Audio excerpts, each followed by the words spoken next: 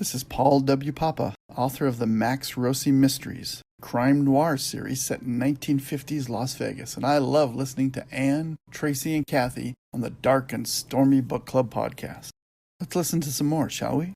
I'm Ann Dark. I'm Tracy Stormy. And I'm Kathy Knight. And together we are It Was a Dark and Stormy Book Club, a podcast for mystery lovers. Welcome.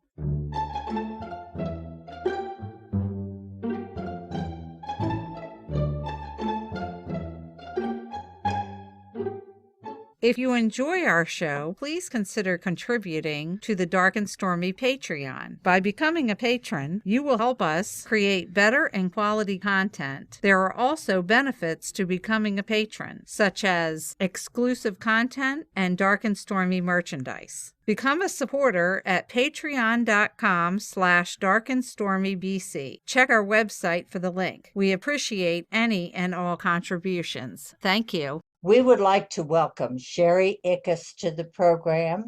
She is the author of the book, Death of a Dispatcher. Welcome, Sheryl. Hi, and thank you for inviting me. You were a long-haul trucker. How many years did you do that, and what drew you to write mysteries? Well, I'll give a little bit of backstory there. My dad was a truck driver, so I would go along with him when I could. Now, he was a local truck driver, meaning that he mainly did Pennsylvania, Maryland, Virginia, any state that touched Pennsylvania. So I would ride along with him whenever I could. Then he taught me to drive. And then I probably drove truck for about 6 years total. I was a local driver, then became a long haul driver.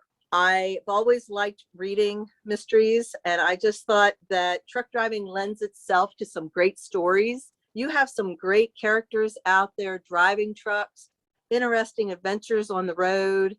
Let's face it, I can take my characters to different places so we're not killing off half the population in the same town as I write more and more stories. That is very true. I didn't think of that. You mean like a Cabot Cove where Yeah, you're either a murderer or a victim, really? Exactly. Well, one of the things in the book is everybody has a handle or a nickname. Is there a method for a trucker to get a handle? No, not really. To my knowledge, there's no real rules. What it is your parents named you when you were born. So you have that name, but this gives you a chance to have another name. And you usually pick it to describe a part of you or something you like. So for instance, we have a friend who's named Silverstreak. That was named after a train. We had another truck driver who had red hair, so he went by Red. My husband is the instigator, so you can just imagine what he did to get that one. I can see that one. I'm sure there's a story behind that. Yes, but all in good fun, okay? He likes to instigate things. How I got my handle, or the way I chose it, is exactly how Becky got it in the cross-country mystery of Death of a Dispatcher. Speaking of Becky, this book had some really good dynamic female characters. Are you more of a Becky, an Annie, or an Ember? Oh, I'm definitely more the Becky. Yeah, my husband and I were a cross-country team. That's how Rufus and Becky are kind of stole from some of my history for the part of Becky. Well, that was my next question. Are they based on you and your husband? Only to a point. All my characters, I should say my main characters, are kind of based on people I know, but not any one character is 100% based on any one person. This way, even if a friend guesses, hey, I think that's about me, I can still have that character do whatever I need that character to do in a story. And that's why I think if you notice in the front of a lot of books, there's that page that says all the characters in this book are fiction. I think that's the biggest lie out there. Because you write what you know. Yes, that is the way I do it. Maybe I know other authors don't, but I write a lot based on what I know. Well, those are the better books. Yes, I think so. So one thing that I thought was very interesting in this book is you have a lot of social issues facing truckers that it's what we all kind of deal with, but you don't think about what goes on the road. You know, they deal with discrimination, disloyalty, cheating. And murder. Well, let's hope not In too this much of that. Yes. Do you find that truckers have their own community or family issues that are dealt with internally to maintain peace? My take on that question is kind of this. Truckers do have a bit of camaraderie, especially again from my own experience. If you work in the same company, you get a lot of camaraderie there. If somebody runs into trouble, you help them out. And I've noticed that in other industries also they'll do that. But the one thing about trucking that I learned is, especially over the road, and especially if it's extremely hot out or extremely cold out, truckers will look out for truckers. We were in Toma, Wisconsin many years ago now, and it had hit one of their coldest spells ever. And we had gotten a bad batch of fuel and our truck had froze up because it was like, I don't know, minus 30 or 38 with the wind chill factor. Ugh. And our truck froze up, and it wasn't far from a truck stop. So we got on the CB, we put out word that, hey, we're having a few issues, and a truck driver going the opposite way, he pulled over, he gave us ride back to the truck stop, and we were able to take care of our truck. Truckers do look out for truckers, and they do like to help a lot of what we call the four-wheelers, cars also. It's just that in today's world, I swear you got to be smarter than what you might have had to been in the past. You got to be more careful about who you choose to help. I really do think that there is a fun camaraderie among truck drivers. One of the things in the beginning of the book, the truckers were helping each other out, and a car came up. The other truck flashed its lights. Is this where the car was just going to take out everybody standing in the road?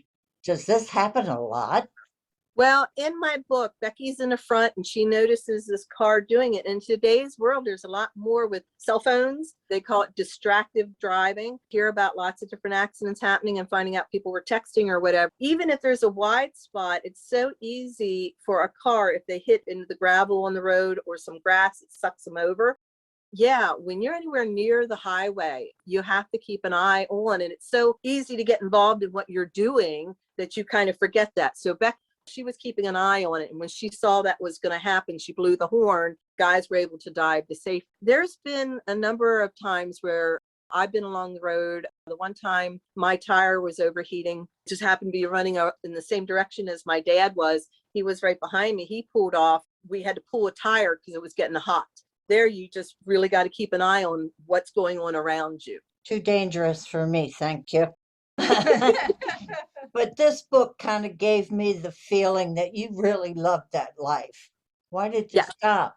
Well, my husband and I were working for a company out of Jackson, Tennessee, and they kind of overextended themselves and ran into trouble. So we left the company right before they folded, and we came back to a local company that we used to work for. They told me, hey, Sherry, just wait a minute. We want to do a dedicated team operation to Ohio. We were owner operators, which means we owned our truck. We only owned the one truck. My husband was working for them that way. And then they set it all up. We were going to get ready to be a team operation, and then everything fell through. Oh. So when that happened, life had kind of stepped in. I had taken another interest, and then we started a family, and definitely wasn't going to go back on the road for a while. But it is a fun life, but a hard one. How did you end up at a bookstore in rural Pennsylvania? Well, started a series. One of the other occupations I took up after I was going to be driving truck was cake decorating, believe it or not. I do have another mystery series that's based on cake decorating. So I had the first one out. It only takes one bite. And I was putting together a raffle basket for a donation for something. And I was keeping it mystery themed. Mechanicsburg Mystery Bookstore fit that to a T. So I came in and I talked to the owner, Deb, explained everything, and very nice lady. She ended up donating the gift certificate at my basket and offered me a part-time job. Wow. And that's such a neat bookstore. It really is. We enjoyed our visit there. Well, I'm glad. Can you tell us and our listeners a little bit about the process for self-publishing your books? The process, I go through KDP, which is Kindle print. I just upload, set everything up through, so everything's handled on the computer. That's it. It's really kind of quick and easy. It's an expensive way of doing it. Self-publishing has pros and cons, just like traditional publishing. One of the reasons I went self-published, I could get my book out there. To find an agent and everything takes time. And I had taken time, but a lot of time goes by pretty quick that way. Once you submit to somebody, you're waiting, it's a couple months and then a number of other months. So self-publishing has come into being an approved way of doing things. There is an established author who writes one series and it's traditionally published currently, but the beginning of the series, because it's on the older side, became out of print. And her publisher said, I'm sorry, it's out of print. So she's actually self-publishing the beginning of her series so that when new fans find her, they can go to the beginning and get the beginning of her series. And a traditional house is publishing the end of her series yet, or the continuing part of her series. I just find that, again, there's pros and cons to both ways of doing things. One of the things I like is I can write the story the way I want to. I have talked to authors who maybe their publicist has suggested they ramp up the romance or something in their books to sell more. They're put in kind of a hard place then. I don't have that issue. I write the book the way I want it. I include what I think should be in it, kind of thing. So I don't have that added pressure to throw something in that I might not want. And the other thing is they suggest that maybe you don't always design your own cover. I do design my covers. I get an artist to do them for me, but I come up with the thought process. So when you pick up one of my books, what you see on the cover will be in the book itself. So like for Death of a Dispatcher, when you look at it, there is a picture in the background. That is a picture that I took of the Smoky Mountains down in Tennessee. Yeah. And then you have that little square in the middle of the cover, and that depicts a scene from the story itself. And then at the bottom of this book and any other book that's going to be in the series, I have a tractor trailer, and the trailer part has the state that the story takes place. I'm hoping to get each of my books will be taking place in a different state. Oh, So, that's a neat idea. That's a very cool idea. well, thank you. And if nothing else gives me, yay, I talked to my husband, we got to go do research. Haven't been to this Yeah, one there since you for a go. while. Travel, road trip.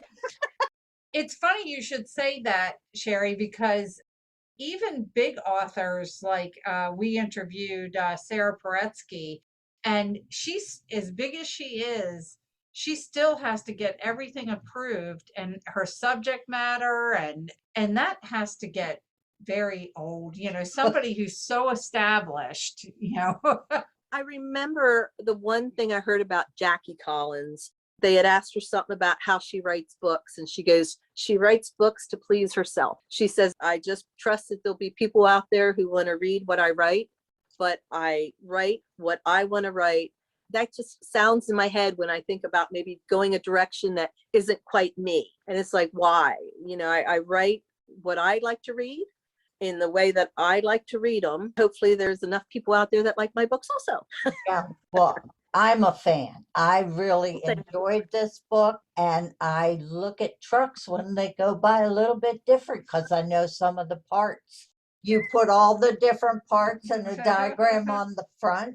I know what a bobtail is, and I see gators on the road, and I'm all, Yes, you do. I feel like I'm a trucker savvy. I'll put it that way. Well, There you and I go. just think that this book was very unique. I can honestly say I don't think there's another one out there that has to deal with long haul truck drivers. No. And it's very, very cleverly done. Oh, well, thank you. Sherry, do you have a website? Yes, I do. You can get on my Facebook, also listed on the back of my books. But yeah, it's www.SherylCDIckes.com. And that is with the SHERYL. Yeah. CDIckes.com. Okay, very good. And are you working on any new books right now?